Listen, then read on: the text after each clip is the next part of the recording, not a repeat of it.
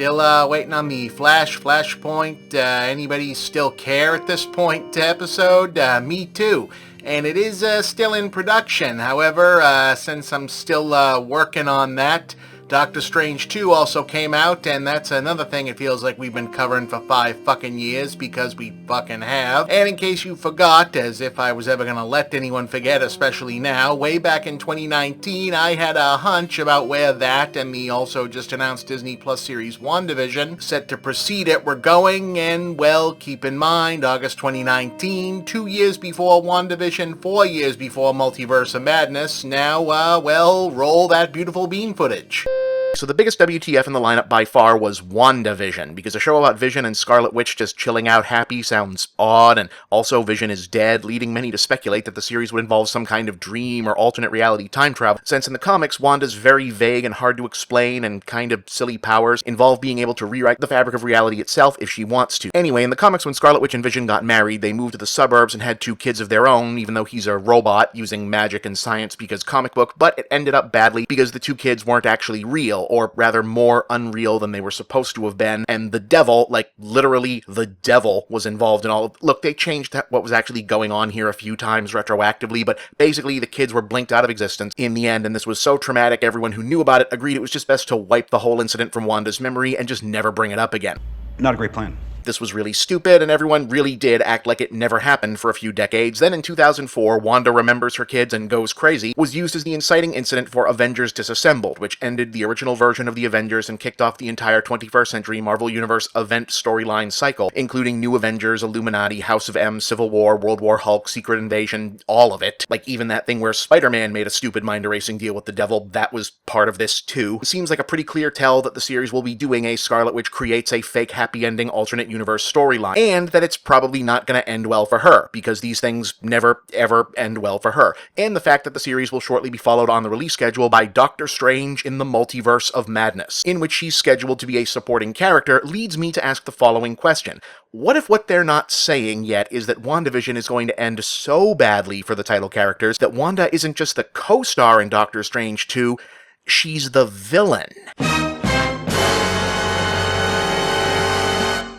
Yeah, I had this shit bang on dead to rights before anyone. Hell, if you noticed, I even knew which Spider-Man story was going to get mixed into it, and they hadn't announced anything about that back then either, let alone had all the surprises leak out. Nailed it, called it, tagged it, bagged it. So, question you might be asking yourselves is, what else has this brain genius been predicting? Well, if you follow my social media, I'm sorry, sometimes it's a chaotic, terrible world and I respond to it, but also, you know, I'm also a contributing writer at Film Theory, where I've been helping them make some fairly strong predictions recently, but here on the home channel, I spent a lot of the last year on an exhaustive project trying to explain what the hell the Eternals were ahead of their movie coming out, which, because how the Eternals tend to work in the Marvel continuity, ended up making a bunch of other Marvel predictions. So, taking a brief pause from the production of the Flashpoint episode, because that's just taking fucking forever, because they keep starting and restarting, and I think they screened it again, and now they're talking about maybe replacing the actor because they can't stop strangling people.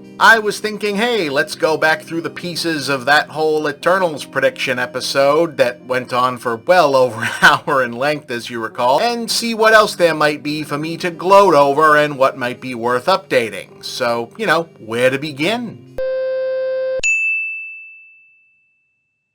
Yeah, believe it or not, we actually have to talk about these. You remember how the Venom movie was clearly at one point supposed to have a bunch of Spider-Man name-drop continuity stuff explicitly in it, and then Marvel also clearly said at another point, no, this is terrible, take that out so your bullshit doesn't get all over our stuff, but then Venom was so bad it was actually kind of funny and made almost $1 billion, and even China liked it because they marketed it as a joke there, and so now Marvel has to kind of acknowledge it, maybe? Cut the bullshit. What really made you change your mind?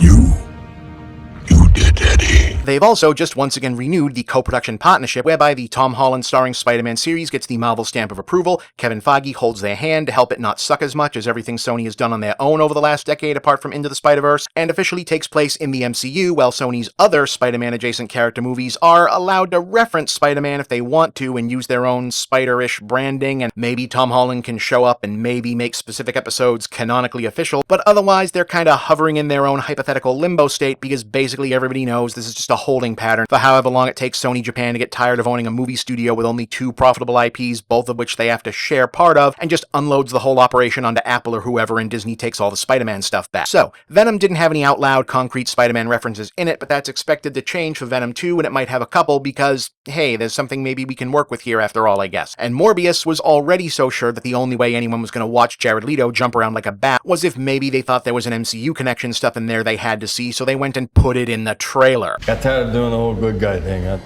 What's up, Doc?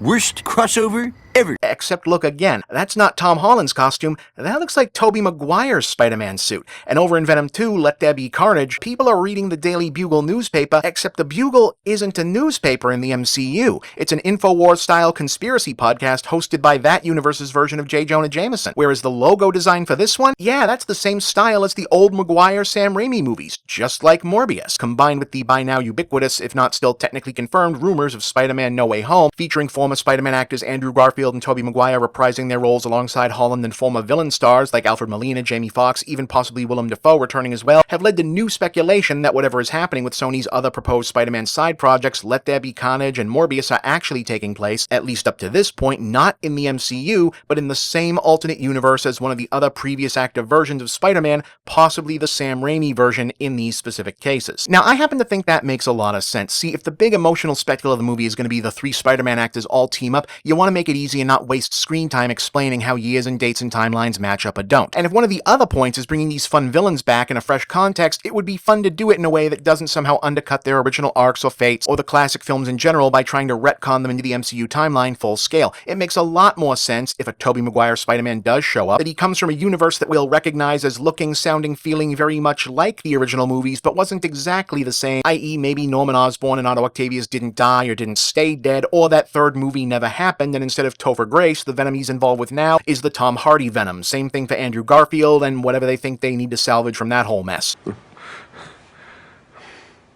Garfield, maybe?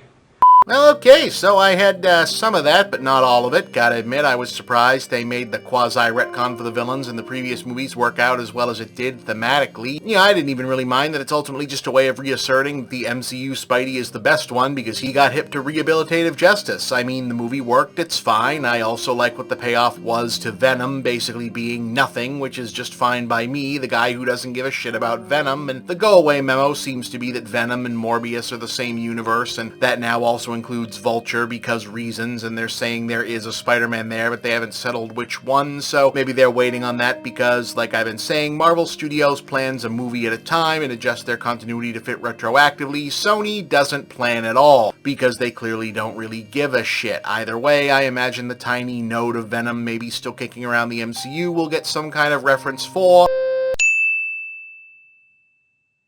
What we do know for sure about Thor Love and Thunder, not a tremendous amount. We know Valkyrie, King of Asgard, is looking for her queen, we know Jane Foster will become the mighty Thor, and we know regular Thor is also there, which is nice. As to the plot, we do know, after some level of secrecy, who Christian Bale is supposedly playing: this guy, Gorr the God Butcher, an intergalactic alien serial killer who wants to wipe out all of the gods in the universe, which in Marvel terms constitutes everything from godlike beings, a la Thor and the Asgardians, to big cosmic gods like the Celestials and a whole lot of stuff in between. So Gorr is a busy boy, but he's also, apart from his weaponry, just some guy, really. See, Gorr's whole thing is basically, what if Job, like from the Bible, grew himself some balls after all that bullshit? He was just a regular schmuck alien who suffered a bunch of awful, random personal tragedies his whole life and decided there couldn't be such a thing as gods because the universe was just too cruel and senseless.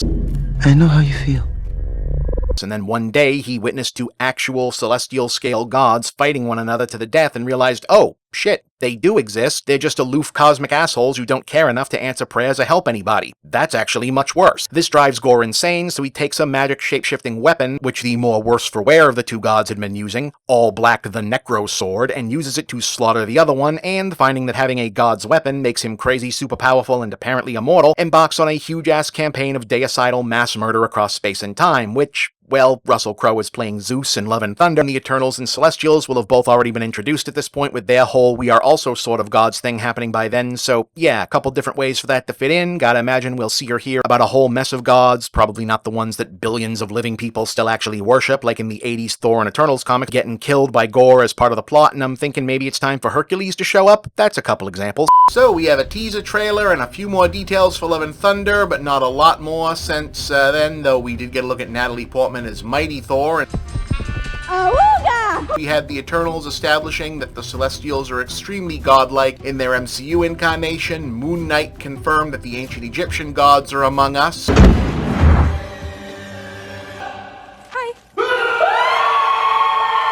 Shang-Chi established an MCU version of Ta Lo, which is basically East Asian Asgard, so looking pretty good there. Let's keep this going. But the connection I'm looking at here is that Gorr's borrowed godkiller weapon isn't just a shape-shifting sword that powers up its user and can also be armor or whatever else he needs it to be. It's a living thing with a mind of its own that actually influences its user and pushes Gorr's mission in various directions. And if you think that sounds a little familiar, you're right. All Black the Necrosword is a symbiote, the same race of parasitic alien goo monsters as Venom. Like a turd in the wind.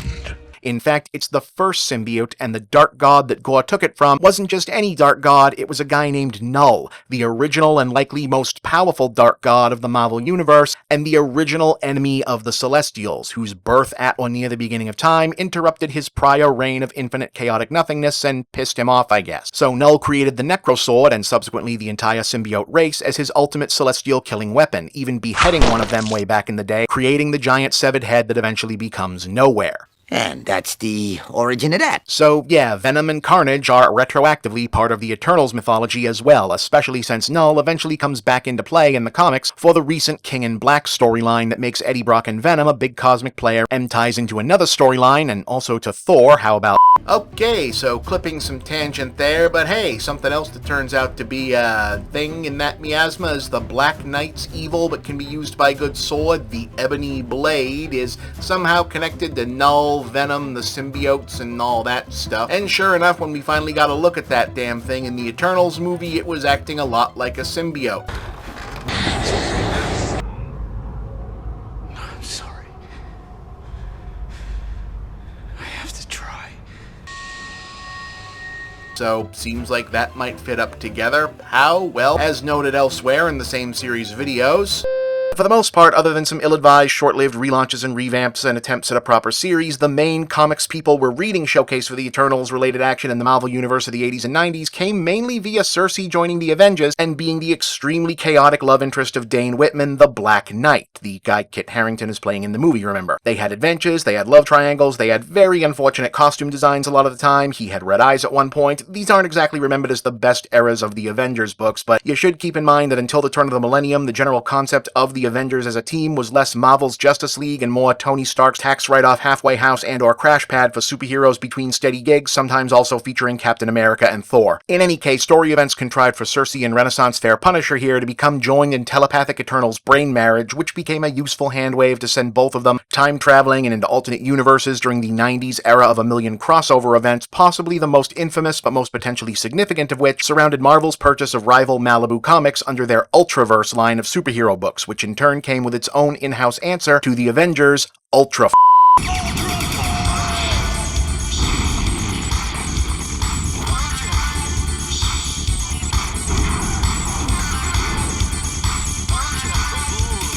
The relevant stuff is that Black Knight and Cersei both wound up in the Ultraverse as part of the lead-up to the crossover event Black September that was meant to end the original Ultraverse and relaunch it with a revamped Marvel integrated continuity. The eventually revealed story involved another new, further back origin for time, the universe, and everything. Don't worry, I've stopped counting too. First time. in which we learned that the universe itself was born of the apparent original cosmic mother of all creation, Nemesis, committing suicide because she was lonely and thus broke her energies and psyche into, you guessed it, the Infinity Stones. There were 6 singularities. Then the universe exploded into existence, and the remnants of these systems were forged into concentrated ingots. Infinity Stones? We actually got a lot of those.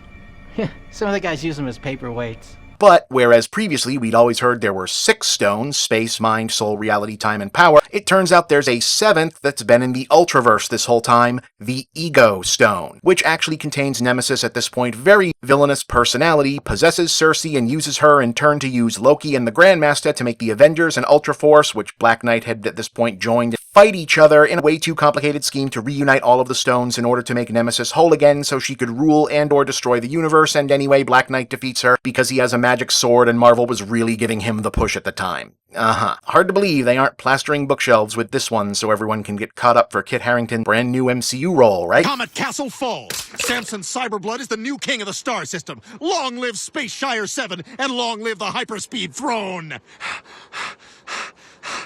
Yeah, okay, so no, I don't think there's any indication that anyone is planning on doing former Ultraverse characters in the MCU, and not only because one of the original creators of a few of the bigger characters, like Prime, is in prison for some very bad stuff Disney definitely doesn't want any kind of spotlight on. I mean, with the exception of the one that's already there. Oh yeah, did you miss that? Basically everybody did, but Rachel House's character in Thor Ragnarok, who was Grandmaster's bodyguard, yeah, that was supposed to be Topaz. How about that? But yeah, anyway, I don't think Black September is coming to the MCU in any meaningful way, but Eternals does end on 2 different cliffhangers, one of which is Cersei getting zapped away by the Celestials, and Dane Whitman's gonna maybe take up his Black Knight sword, presumably to get her. If he does end up venturing into the cosmic, supernatural, multiversal, whatever side of all this, maybe they're looking to pull some inspiration from that era and collapse some of his and her story into one of the angry universal god beings with Null and the Celestials and whatever stuff might be happening, since we now do have 2 multiversal pissed off women with godlike powers in Sylvie, aka the female Loki, and Scarlet Witch post-multiverse of madness, so just throwing that out there, sure, it's possible.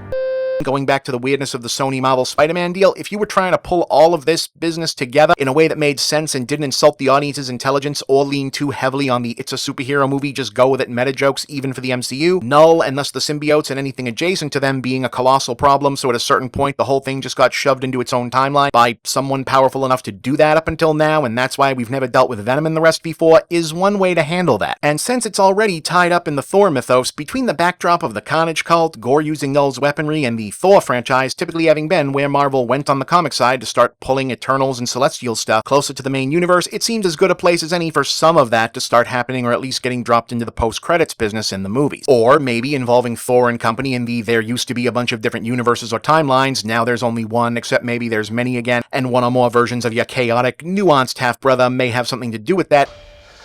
What did you expect? Could get brought up in conjunction with the Eternals, Celestials, and all the theological baggage they bring with them to help the MCU iron out its take on how do the various extant monotheistic religions of the world function now that the whole world basically accepts the Viking god of thunder as a real guy, but it was just a sexy alien this whole time. Question. These guys come from legend. They're basically gods. There's only one god, ma'am. And I'm pretty sure he doesn't dress like that. Thor was a myth, and now I study him in my physics class. If they plan on dealing with Thor's other half-sibling, Angela, the character who migrated to Marvel via litigation from the Spawn comics and was a warrior angel from heaven, like the biblical Christian one originally, and who Marvel subsequently retconned to be an adopted angel who was originally the daughter of Odin, kidnapped by the race of angels who ruled a 10th realm that was almost like the biblical heaven, i.e. we're not saying Judaism, Christianity, Islam, and all the various Abrahamic faiths were also inspired by aliens way back when, but we're not saying that, wink wink nudge nudge, and got kicked into its own separate timeline for a while by Odin over this, so there's a place to slot some Eternal Celestial stuff in there if you don't want to pay Anthony Hopkins to come back again and smooth out the timeline while Fox News is yelling at you over the entire rest of that backstory. Yeah, okay, so here again, a lot of dates moved around, so the predicted chronology of events stuff got all jumbled up, so who knows what degree. We already found out that Moon Knight was supposed to have a flashback to ancient Egypt featuring the Eternals that got cut out for logistics, so who knows if this will ever turn out to have been more or less correct than it might have been. For a hot second there, I felt like Angela might show up in the post-credits of Multiverse of Madness and basically the spot someone else now does, but yeah, it kind of feels 70-30 on her still, day-to-day maybe. But anyway, speaking of how far back this was, at the point this was initially done, Loki was still coming out, and the biggest twist from that whole thing had yet to happen, including the best kept secret from the episode, i.e., yep, we're actually doing Kang the Conqueror.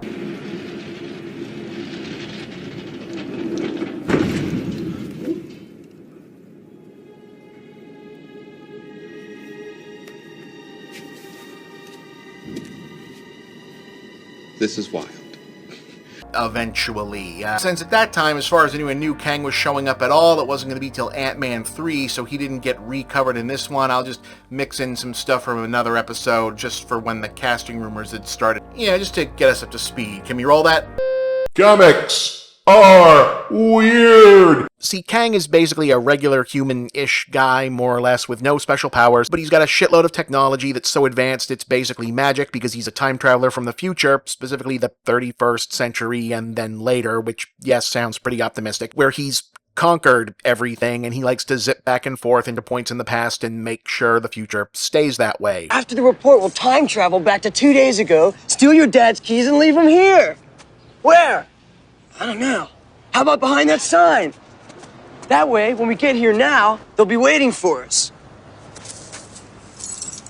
See? Whoa! That's how Kang became, if not interesting, at least useful as the Marvel Universe walking embodiment of what I like to call explainium, i.e. the opposite inverse of hand-wavium. Whenever you notice something like that, a wizard did it. I see, all right, yes. But in episode AG4... Wizard. For Clavin out. So after some recurring appearances where it got fleshed out that Kang was actually just a history scholar from the 31st century who found out Dr. Doom invented time travel once, dug up the research, and used it to zip around the past, and set up an even further post-apocalyptic future where he could be a conqueror, Kang got repurposed as Marvel's retroactive time-traveling Scooby-Doo villain throughout the Silver and Early Bronze Age. Whenever Marvel wanted to revisit an old story and beef up its place in the mythos or just patch a hole in the continuity,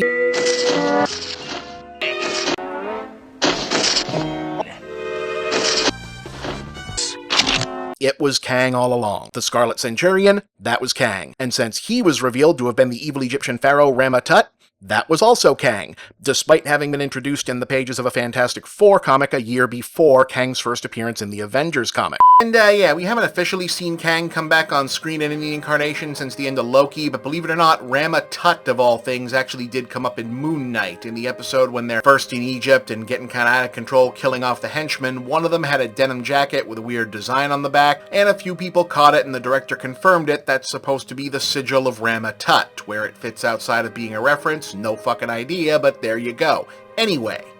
Kang is also Immortus, though technically he's the even further into the future version of Kang that doesn't like Kang, and at one point, because of all the time-changing, there were many Kangs who were opposed to each other. Yeah, but Immortus is often thought to be the alpha dog of them since, you know, the name, and he's got the big hat, right? Oh yeah, he's also a random small-town Wisconsin mayor in 1901 named Victor Timely who seeds Phineas Horton's mind with the plans to later create Jim Hammond, the original android version of the Human Torch during World War II. Oh hey, do you remember that you've already seen him in the MCU? What'd you tell her about me?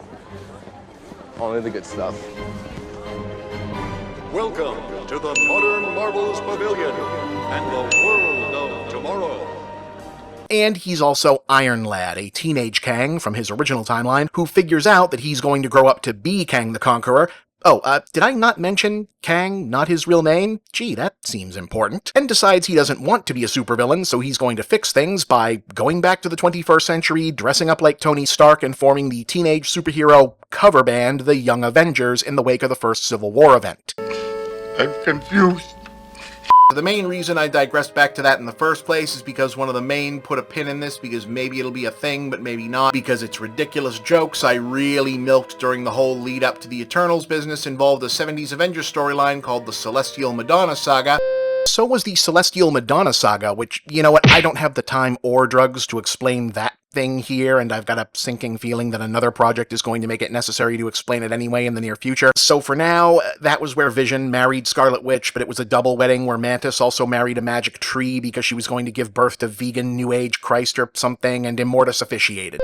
I conceived a child with million ants and it died inside me because it was 500,000 ants and half collapsing star! Anyway, the Celestial Madonna storyline popularized a tradition of Kang teaming up or battling with versions of himself from different points in history that had evolved into different personas, in this case the imposter ancient Egyptian pharaoh Rama-Tut, and Immortus, the Kang from even further into the future whose creepy clone son is later responsible for the mind control rape of Carol Danvers. What is a sex crime?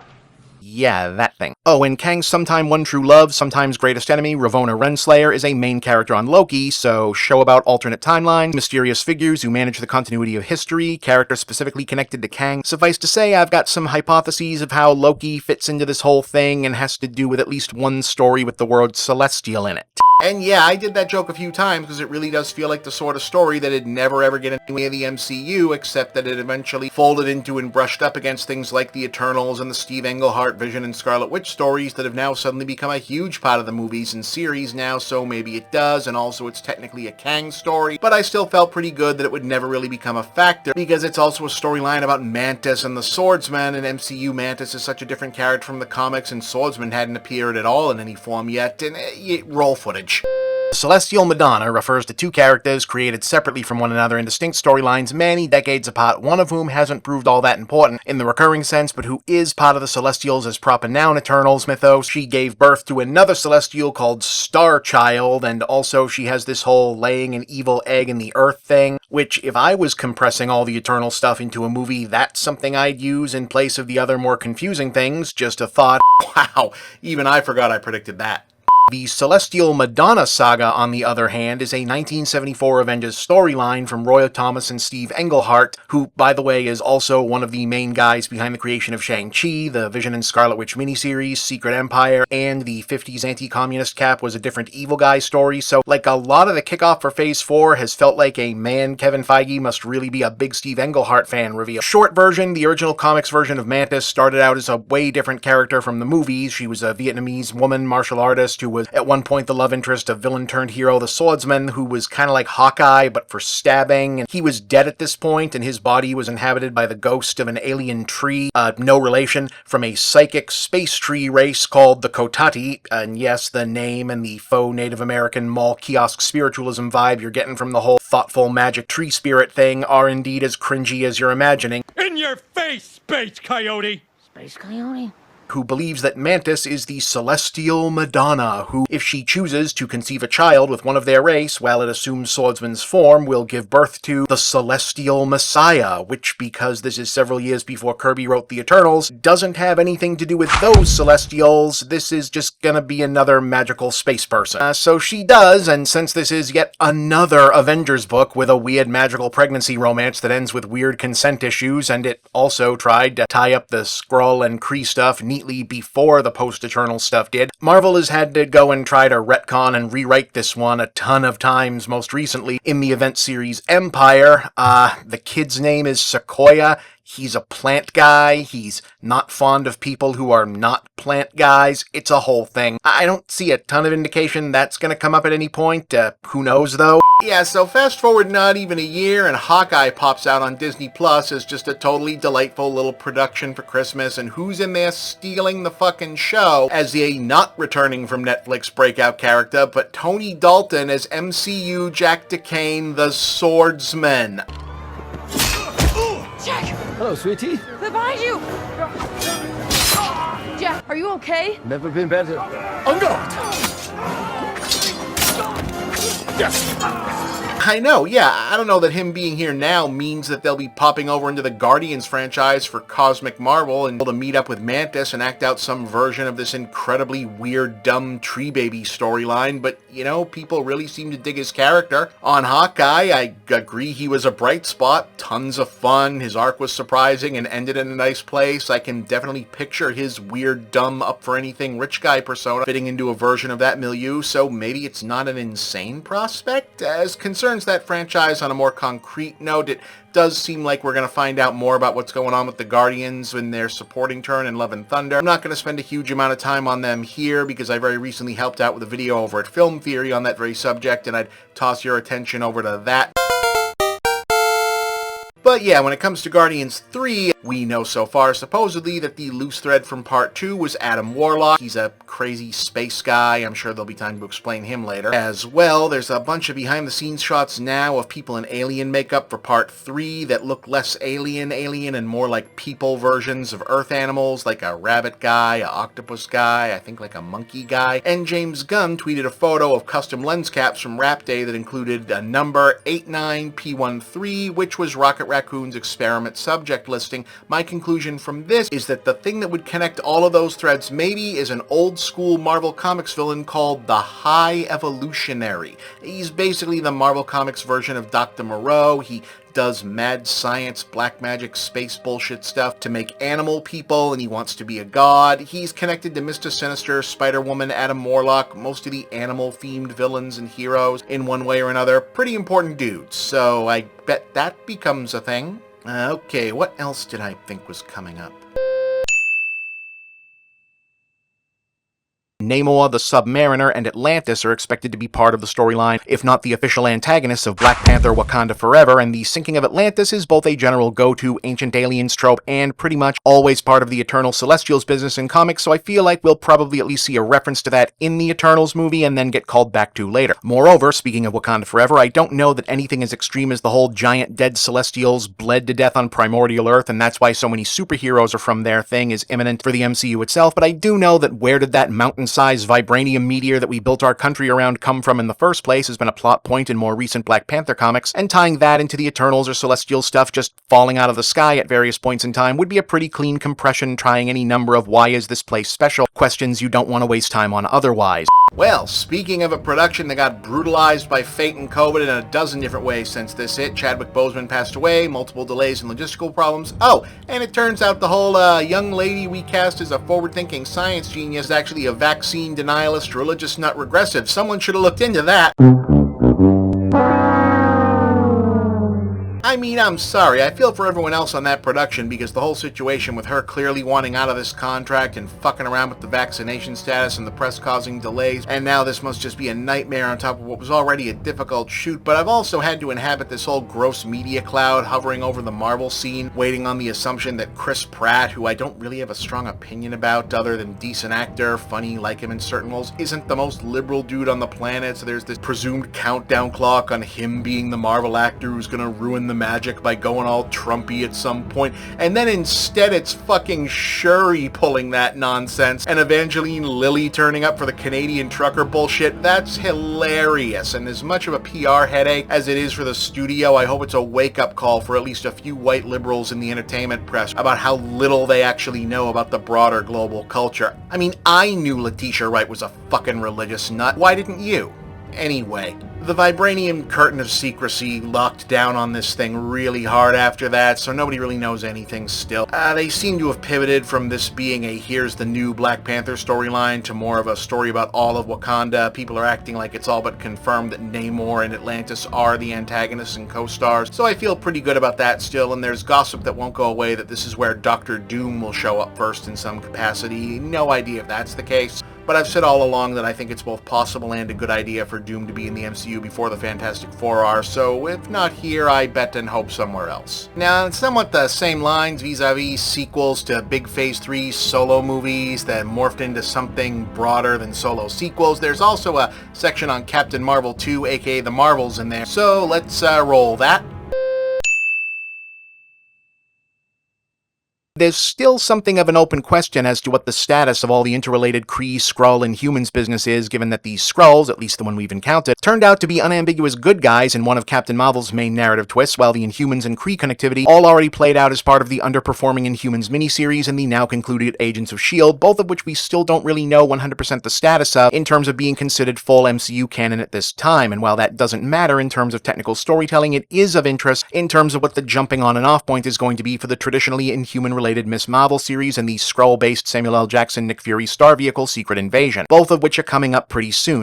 Okay, so kind of a lot has gone down between then and now, even now nobody knows what actually is going to happen in this one. We've seen alt takes on Carol Danvers as herself in What If, and Maria version of Captain Marvel in Multiverse of Madness. We've seen trailers from Ms. Marvel that haven't shown a lot, but confirmed rumors at least that her power set was getting a change up to be more similar to the energy weapons Carol and Monica used. And also in Multiverse of Madness, we saw a version of Black Bolt, played once again by Anson Mount, show up, for a minute or two anyway, and get described as an Inhuman, so maybe they will still have Kamala be Inhuman as well? I mean, to be honest, I don't know, folks. The bracelet thing and the energy constructs in the trailer for Ms. Marvel remind me of Quasar and the Quantum Band, and those are also a Kree thing and a Captain Marvel thing via the Nega Band, so they could just be connecting it up through that, but they're also doing kind of a crystal-y look to it, so I could see them easily saying, oh, there's a Terrigen component, so she's still a latent Inhuman as well, and then having a revamped MCU proper version of Black Bolt or Lockjaw or whoever show up in a guest spot to make it official.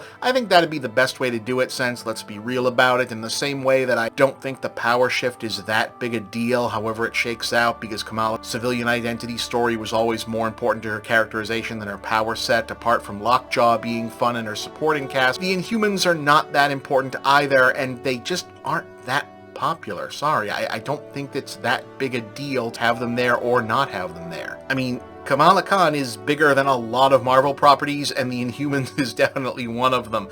I have a few theories about what else might get slotted into the series in their place if they don't do the Inhumans, but I want to see more promotion before I make that call. As to the Marvels itself, I'm really curious to see what they end up doing there, because I've found it interesting that they've almost deliberately avoided going back to the well as much as you'd think they would with Carol when that movie was a billion-dollar hit, and you get the value-added bonus of the hype machine from how weird and embarrassing dorks online claim to hate that specific franchise but also can't shut up about it, which creates an attack defense fandom anti-Phantom feedback loop. I mean, instead, that not only have they not been in a hurry to re-up Captain Marvel, they almost seem to be subtly leaning into the anti-fandom vis-a-vis having her show up in the role of literal party pooper in What If, establishing Monica as having not a big fan anymore, actually kind of pissed. So what's that about energy when she showed up in WandaVision, doing gags in Endgame and Shang-Chi's post-credit scene around a whole vibe, you know, that Carol's not around that much and the whole rest of the MCU superhero family seems to not know what to make of her. You know, she's always on the conference call and then having to take off right away, and the, like, Bruce Banner goes, I don't have her number. That's kind of a funny gag, but the vibe really seems to be that they regard her as a vaguely off-putting, aloof presence. Some of this is just narrative gymnastics, avoiding the Superman problem where you don't want an overpowered character to stick around too much because it feels like they break the storyline, so you have to keep them off screen somehow, but it also feels almost like the anti-fandom is getting played a little bit, and maybe Marvel actually wants people to not be 100% sold on Carol by the time they get to the next movie, so she can still have an arc in the sequel about, you know, still needing to make friends and influence people, or go through some kind of humbling event that makes her not as narrative-breaking overpowered. I can think of a significant villain storyline from the comics that would be a huge deal and also fit there pretty well.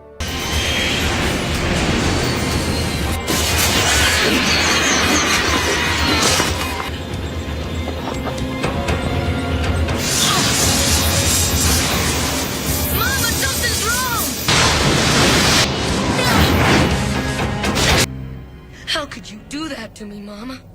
Didn't I love you enough? Yeah, even if you didn't read it in the comics, but do remember Carol as Ms. Marvel's weird cameo in the 90s X-Men cartoon, that was Rogue's secondary origin story in both. She got her extra powers from trying to drain out Carol Danvers when she was a villain teamed up with Mystique and got a permanent strength boost. Obviously, that depends a lot on where everything is with the X-Men business, but I wouldn't rule out a version of that happening in one of the movies.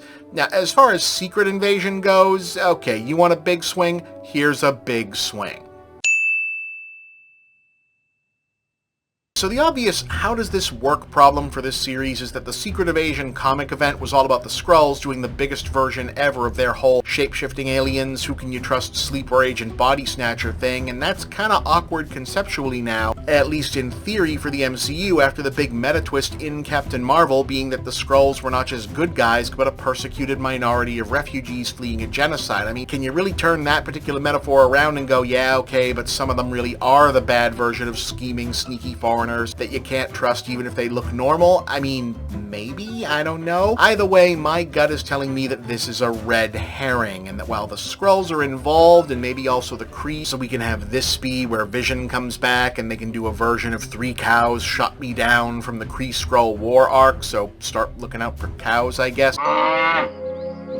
The cows are not what they seem. And the secret invasion of the title will involve an invasion by people who aren't really themselves. I don't think it'll be an invasion by Skrulls.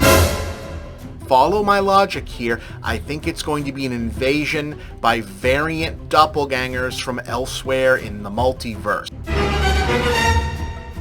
See, here's the thing. Just like how there's these various stones around that either are or are connected to all the various powerful doodads in the different movies, and a big evil guy wants them eventually coalesced into the overarching meta-narrative of the first 3 phases, and now we retroactively call that the Infinity Saga. My guess is that to the degree there is a rough idea for phases 4, 5, and 6, it's all or most of the big stuff involving the multiverse in some way, and the whole thing is going to be the Multiverse Saga when it's over and done with. Secret Invasion being about the MCU covertly filling up with replacements from another universe, maybe using the chaos of the Blip resurrections as cover. See, now it's making more sense to you.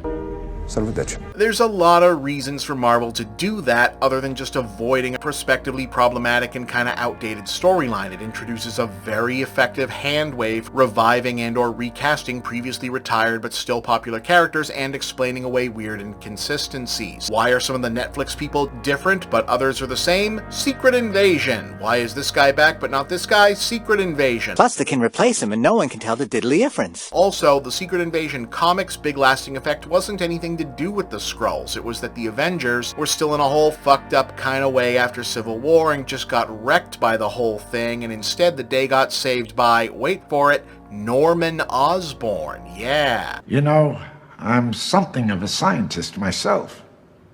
Who'd been working out the logistics side of a shady government black ops stuff at that point, but happened to be the guy who put a bullet through the Skrull Queen and won the war, resulting in him getting put in charge of all the superhero stuff for a while, and that's how the Dark Avengers arc happened. Now, I know, according to Spider-Man No Way Home, when the Sam Raimi universe Norman showed up, there didn't seem to be an MCU Norman Osborn, or at least if there was, we hadn't seen him yet. Thing is, I'm not so sure that they haven't already set us up for him. Remember this part in Falcon and the Winter Soldier?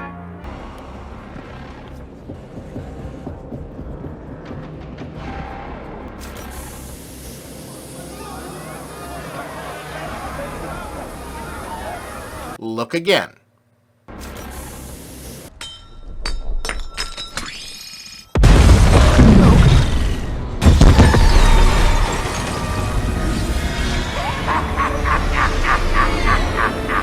And hey, wasn't that whole part of that story in that series about a weird, possibly corrupt government organization in charge of relocating people after their blip and being shady about it? That's some neat trick. That sense of yours. Now, I did have other prior multiverse predictions as well.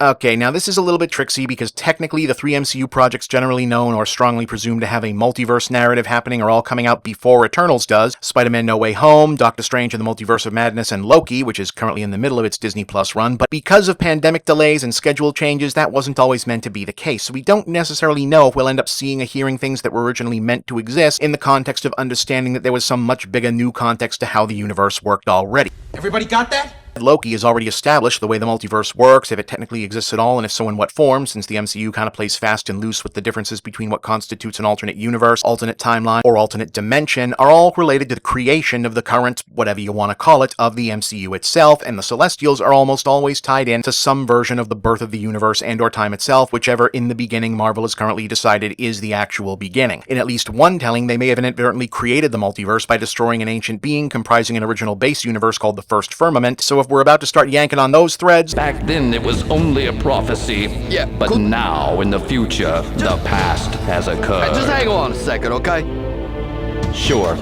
think I already just got done establishing the broader everything is actually about the multiverse or the next few phases concept a moment ago as concerned the Marvels and Secret Invasion, but for the rest of it we also have more coming out now with What If and Loki having wrapped. Here's a thing, the reason I think they're going to make everything lead back to the multiverse in one way or another instead of just having one or two franchises do multiverse stuff all the time is that I get the sense Marvel gets the sense that there's a shelf life to the general audience being not sick of the novelty of the multiverse, not just in their franchise, but in everything, and they want to be able to have an ending to theirs. I want to have an opinion about those boring-ass Marvel movies. And I want those opinions to be of any concern to the people making them. I want to have so much behind me, I'm not a slave to what's in front of me. Especially these flavorless, unremarkable Marvel movies. No, they are so not a big deal. I know! It's just all there is. Yes, and you get to say that. I could screw myself if I say it. There's pressures on me you don't have to live under. They've actually been really smart about knowing when enough is enough so far in general. If you've noticed, they didn't immediately start making only Avengers movies when that became a hit. They diversify, they don't overdo it on any one concept or character. They get the value of letting things breathe and accrue fondness via absence. Short version, I think the loose plan is to have as much fun cramming fresh IP and alternate takes into the cinematic universe using the multiverse conceit for however long that lasts, ideally following their 3 phases roughly divided up by mini-events and Avengers-style team-ups, and then whatever this cycle's version of Endgame is will have as its big story concept the end of the multiverse, i.e. the by then getting a little confusing alternate timelines and variants all get collapsed into one thing, and maybe some or all of it can soft reboot so they can do some of the by then classic MCU stuff over again, because it'll be about that time and everyone will be ready for one damn thing again. We'll all be the itchy and scratchy movie. Come on, what do you say? All right. I think you've learned your lesson. And if that sounds like a version of Secret Wars to people, yeah, that was my original assessment in these videos. It's everybody's assessment now that Doctor Strange word dropped incursions a bunch of times, including in his post-credit scene, so I still agree that's where things seem to be heading. Yeah. How do we get there? Well, there's more What If to come, and we're getting a Marvel Zombies spin-off, so more chances for shenanigans there. Ant-Man 3 is still supposed to be where the actual Kang is going to step out for real, so that's obviously going to be a big one, and given Kang is sometimes set up as an adjacent to Reed Richards and or Doctor Doom, I wonder if that's where we'll see Fantastic Four stuff for the first time. Biggest Secret Wars clue might actually be over in the Sony stuff. Remind me again, what did Into the Spider-Verse 2 decide to call its new Part 3 now that it got delayed and split in half?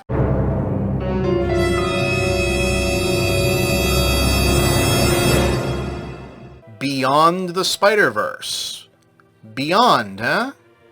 Interesting choice of name. And never miss. I don't, you know. And of course, the mutants. As ever, trying to parse the thousands of different ways the X-Men might fit into the MCU or how someone else should do it is, frankly, something I feel like I should at least be getting paid close to as much to figure out as whoever Kevin Feige is paying to actually figure it out, so that's for another day. But if you want to know what the hell it might have to do with the internals... Have you tried not being a mutant?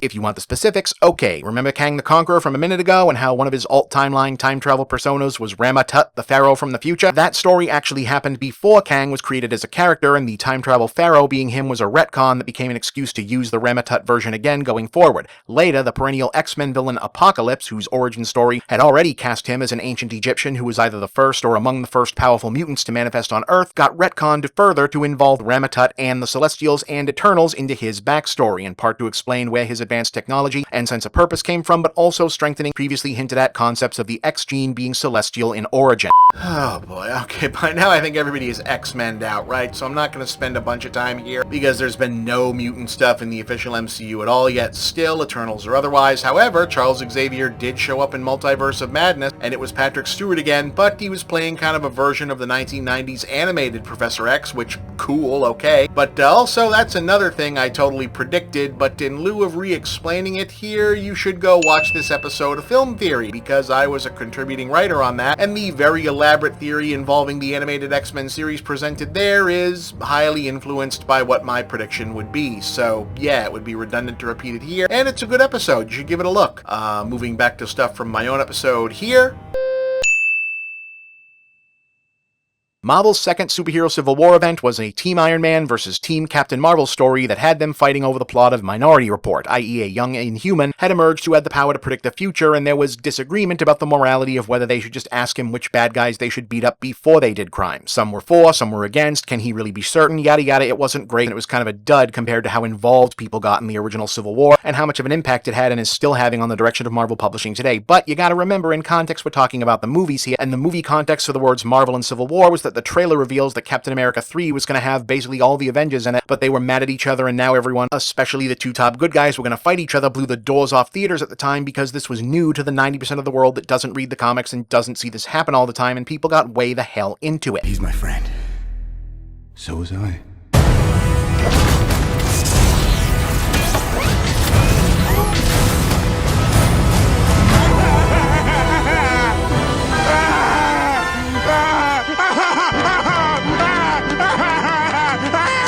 Yeah, I still feel good about this one, and I still think it's going to happen in one of the movies. I guess it could be with Disney Plus thing, maybe Falcon and Winter Soldier. I think it'll be Captain Marvel. I think it'll be a Captain Marvel event, not directly an adaptation of Civil War II comics, since that was a Carol versus Iron Man event and Iron Man is gone, but maybe this is where the MCU Thunderbolts comes into play, since that really feels like what Julia Louis-Dreyfus' character is building to with her whole recruiting bad heroes thing. Maybe Squadron Supreme to keep the multiverse stuff going. Heck, it could be Carol versus Kamala to hit the kids versus old thing and roll into Young Avengers, or just throwing it out there, if you did do the Rogue takes Carol's powers thing whenever the mutants show up, maybe that's your inciting incident and it's X-Men versus Avengers, which I think I actually ended up pitching in a version of this in the very next section, so I should probably just run the long cut version of that since it's still pretty fresh compared to the rest of this was, honestly.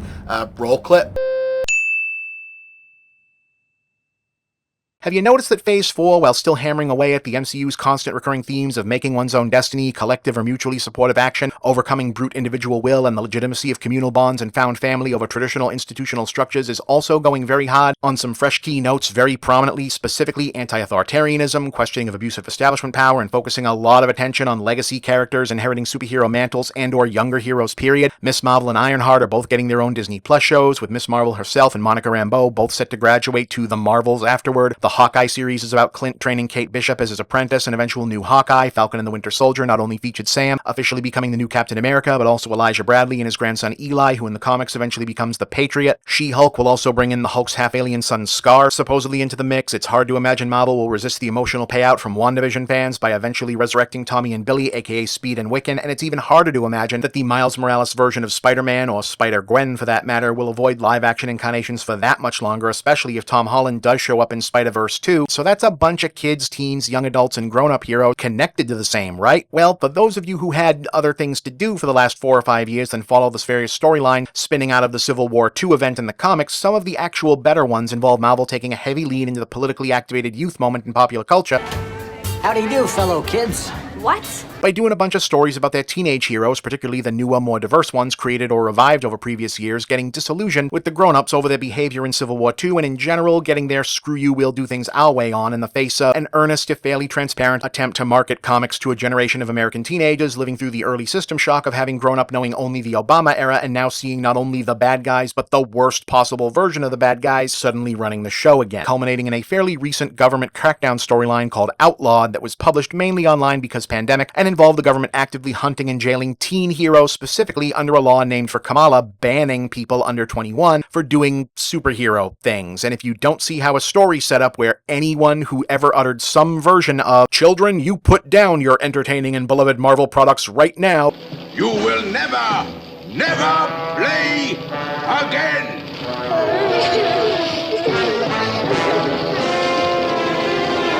can be presented as a jackbooted fascist thug running down the adorably relatable tween protagonist who will later soundly defeat them, you have not been paying attention to how this franchise and its studio uses metaphors. Prove to me you can beat me without... Hi, John Walker.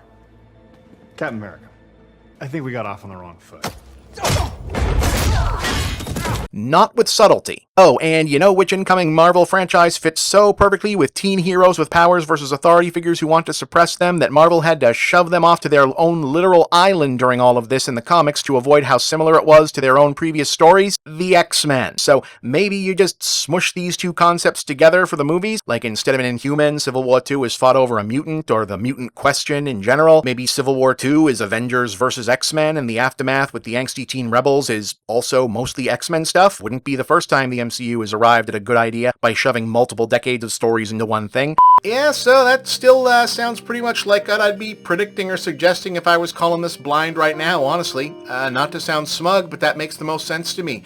Obviously, 100 things could still change. I could be completely wrong about all or most of it. So far, the only real thing that gives me pause is that we haven't had any Avengers announcements, and only because that's how we know where the start and end points of the phases are supposed to go. Granted, COVID kind of fucked all that, so who knows where we are now anyway, but all along my sense was that in terms of title and story points, we'd get at least Young Avengers and Dark Avengers definitely, because the titles are self-explanatory and very marketable. Then if you follow the two-part climax model from Infinity Saga, Avengers Secret Wars, and something like New Avengers or Avengers Forever would be the final one, or since there's no real rule that says you have to have bookends, you could do New Avengers somewhere in the middle and keep Forever as your finale anyway, but I think Young and Dark definitely get in there. But then you never know, because despite all the talk, I think the X-Men stuff is actually going to come a lot sooner than people think. I mean, one thing to keep an eye on, again, through no fault of the filmmakers, it really does seem like Black Panther 2 is a really troubled production by destiny, and there's really only one in case of emergency glass left to break in terms of a finale or a post-credit scene that would make everyone come out of that one on opening night crazy excited no matter how the rest of it was.